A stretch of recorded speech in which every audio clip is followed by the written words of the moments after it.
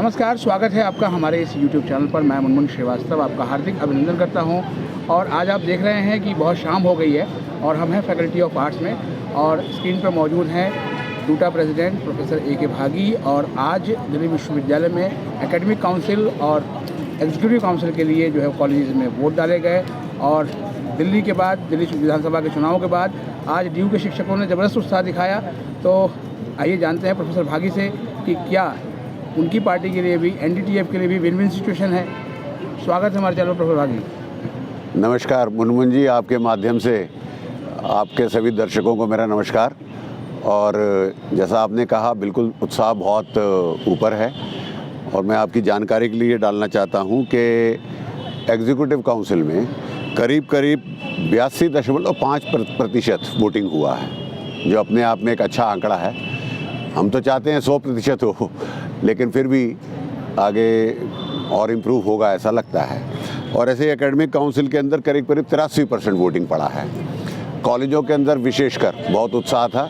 शिक्षकों ने डेमोक्रेसी के लिए खूब पार्टिसिपेट किया है, वोट किया है।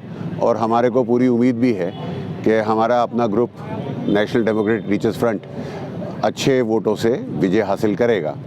और देखिए, दिल्ली विधानसभा के भी चुनाव कल हुए हैं। जो रुझान आए हैं अभी तक, जो मतलब एग्जिट पोल के, उसके हिसाब से अगर आप देखें तो लगता है कि वहाँ पर भी लोगों ने मुद्दों के ऊपर इस बार वोट किया है। लोगों ने अपने दिल्ली के हालातों को देख करके उस हिसाब से वोट किया है, ऐसा वहाँ से जानकारी जो एग्जिट पोल से आई है। बाकी नतीजे तो वहाँ के परसों आएंगे।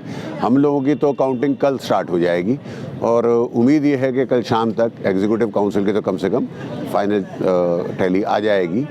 तो अच्छे की उम्मीद करते हुए हम ये सोचते हैं कि आने वाले समय में जब अपने रिप्रेजेंटेटिव शिक्षक चुन लेंगे तो डूटा के साथ में सभी एकेडमिक काउंसिल के, एग्जीक्यूटिव काउंसिल के चुने हुए सदस्य जो हैं वो एक यूनिट बन करके सब लोग शिक्षकों की भलाई के लिए, शिक्षा की भलाई के लिए कार्य तत्पर होकर करेंगे।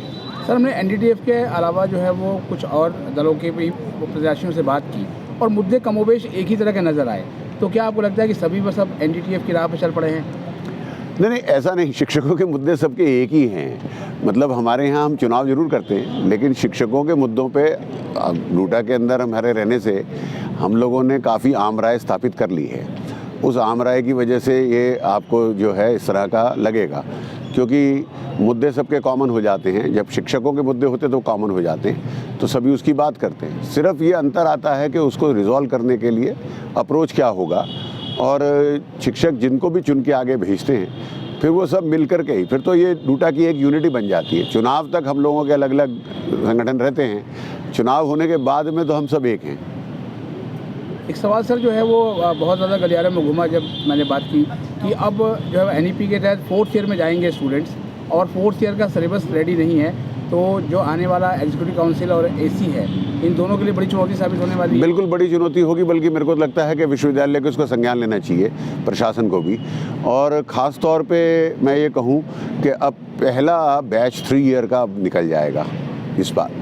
तो हमने डूटा की तरफ से डिमांड भी उनको लिखित में भी दिया है, बात भी किया है विश्वविद्यालय प्रशासन से कि इसके स्ट्रक्चर को लेकर के, इसके टीचिंग लर्निंग आउटकम्स को लेकर के एक पूरी चर्चा इसके ऊपर दोबारा होने की आवश्यकता है। फीडबैक ग्राउंड लेवल से लेने की आवश्यकता है। स्टूडेंट से भी फीडबैक लेना चाहिए, उनको कितना फ़ायदा कितना नुकसान हुआ है। उनको ऐसा ही काम स्टाफ काउंसिल के माध्यम से पत्र लिख करके विश्वविद्यालय प्रशासन को ग्राउंड ज़ीरो से रिपोर्ट ज़रूर लेना चाहिए। और हमको अपनी शिक्षा व्यवस्था को बेहतर बनाने के लिए वो सारे कार्य फीडबैक से लेकर के फिर जो सुधार की जहाँ जहाँ आवश्यकता है, वो सारे सुधारों के ऊपर भी खुले मन से विचार करके आगे बढ़ना चाहिए। सर, बहुत थका देने वाला जो है वो प्रचार था और इतने कॉलेजेस को कवर करना पूरी दिल्ली में। आपको सबसे ज़्यादा शिक्षकों ने जो है वो किस मुद्दे पे वोट दिया होगा? देखिए, हमारे पास में पिछले कुछ वर्षों में जो हमने शिक्षकों के लिए कार्य किए हैं, हम तो उसी के बेस के ऊपर इलेक्शन लड़ रहे हैं। जो हमने एजेंडा अचीव किए हैं वो हमने शिक्षकों के बीच में रखा और लोगों ने उसको अच्छे से रिसीव किया। और हमने फ्यूचर एजेंडा भी अपना बताया कि आगे हम किन विषयों को लेकर के आगे संघर्षरत रहने वाले हैं।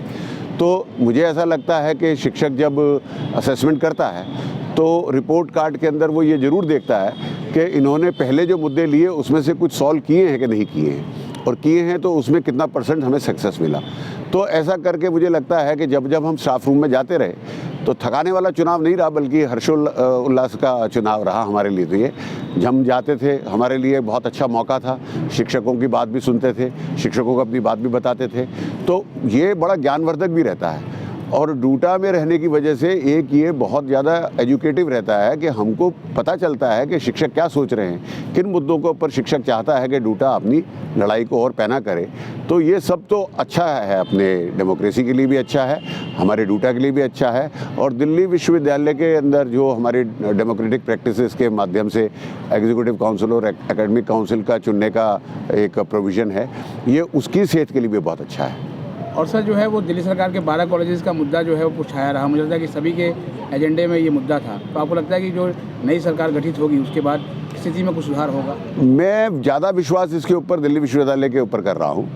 डूटा की तरफ से डिमांड थी कि वहाँ पर नियुक्ति जो है, मतलब लोगों का रेगुलराइजेशन जल्दी से जल्दी शुरू हो, और ऐसा आश्वासन वाइस चांसलर साहब ने डूटा के पूरे डेलीगेशन को दिया भी है। तो मुझे लगता है कि जो समस्या कई वर्षों से वहाँ चल रही थी, आने वाली कोई भी सरकार हो, मुझे लगता है कि उसे खुले मन से इसके ऊपर विचार करना चाहिए।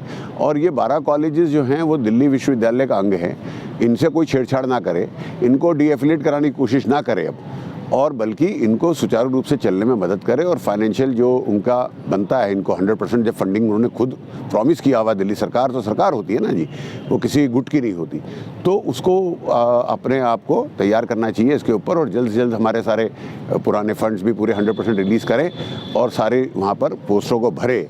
ऐसी मैं उम्मीद जो भी सरकार वहाँ आएगी उससे भी और दिल्ली विश्वविद्यालय प्रशासन से भी करता हूँ। आज शिक्षकों ने बढ़ चढ़ के वोट डाला सर, उन्हें क्या कहेंगे? उनका धन्यवाद करता हूँ।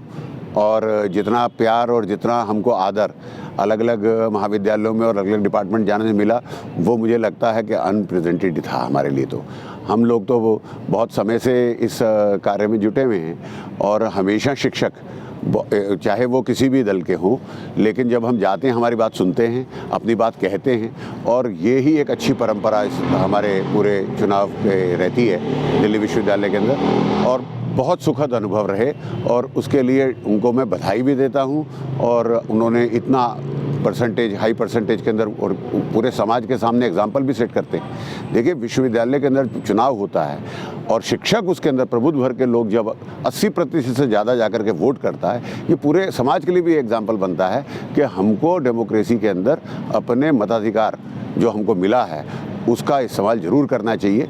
उसी से जो है आगे चीज़ें और व्यवस्थित तरीके से चलती हैं। दबाव भी बनता है, जिन लोगों को आप रिप्रेजेंटेटिव बनाते, इलेक्ट करते हैं, या उनको आप विधानसभा में भेजते हैं, चाहे मेंबर ऑफ पार्लियामेंट बनाते हैं, उनके ऊपर भी दबाव पड़ता है कि इतने सारे लोगों ने वोट दे करके उनको आगे भेजा है अपनी अपेक्षाओं के साथ में, तो उनकी अपेक्षाओं पर खरा उतरने का चैलेंज उनके सामने हमेशा फिर बना रहता है। अगर उदासीनता रहेगी नागरिकों में वोट के प्रति, तो फिर उससे ये तो लगता ही है कि भाई ज़्यादा लोग इसके अंदर पार्टिसिपेट नहीं कर रहे हैं, तो वो किसी डेमोक्रेसी के लिए अच्छा नहीं है। बहुत बहुत धन्यवाद सर, हमें समय देने के लिए, और कल के लिए आपको शुभकामनाएं। धन्यवाद जी, धन्यवाद मनोज जी।